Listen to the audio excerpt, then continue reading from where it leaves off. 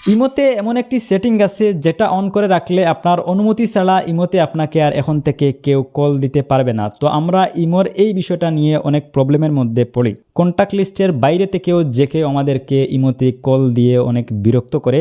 So আজকে আমি এই ভিডিওর মাধ্যমে আপনাদেরকে দেখিয়ে দিব যে কিভাবে আপনারা এই প্রবলেম থেকে বেরিয়ে আসতে পারবেন। তো এটা করার জন্য এখান থেকে সর্বপ্রথম আপনারা এখান থেকে ইমোতে চলে আসবেন।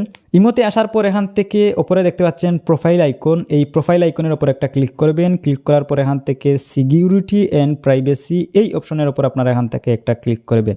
ক্লিক করে দেওয়ার পর এখান থেকে আপনারা একটু নিচের দিকে আসবেন। নিচের দিকে আসলে আপনারা এখান থেকে দেখতে পাবেন যে কল নামে একটা অপশন আছে, পাশে দেখতে পাচ্ছেন এভরিওয়ান করা আছে। তো এখান থেকে আমি এই অপশনে একটা ক্লিক করে দিলাম।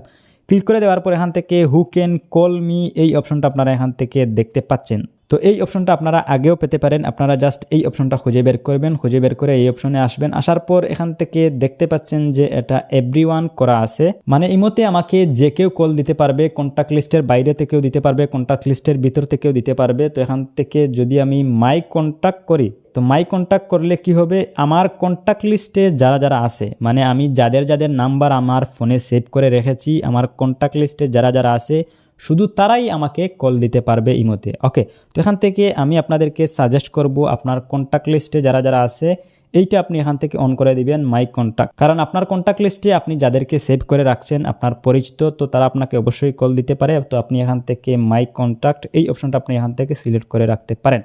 ওকে, তো এখান থেকে নিচে আরেকটি অপশন দেখতে পাচ্ছেন যে নোবডি। আপনারা যদি এখান থেকে নোবডি এটা যদি সিলেক্ট করেন তাহলে এখান থেকে আপনাকে আর কেউ কল দিতে পারবে না। কন্ট্যাক্ট লিস্টে যারা আছে তারাও কল দিতে পারবে না, কন্ট্যাক্ট লিস্টের বাইরে যারা আছে তারাও আপনাকে এখান থেকে আর ইমোতে কল দিতে পারবে না। শুধু আপনি এখান থেকে যে কাউকে কল দিতে পারবেন, আপনাকে কেউ কল দিতে পারবে না। তো এখান থেকে ইমোর এই ফিচারটা আমার খুবই বেশি ভালো লেগেছে পার্সোনালি। তো এখান থেকে নোবডি এই অপশনটা আপনার কেমন লেগেছে আপনারা চাইলে আমাকে কমেন্ট করে জানাতে পারেন।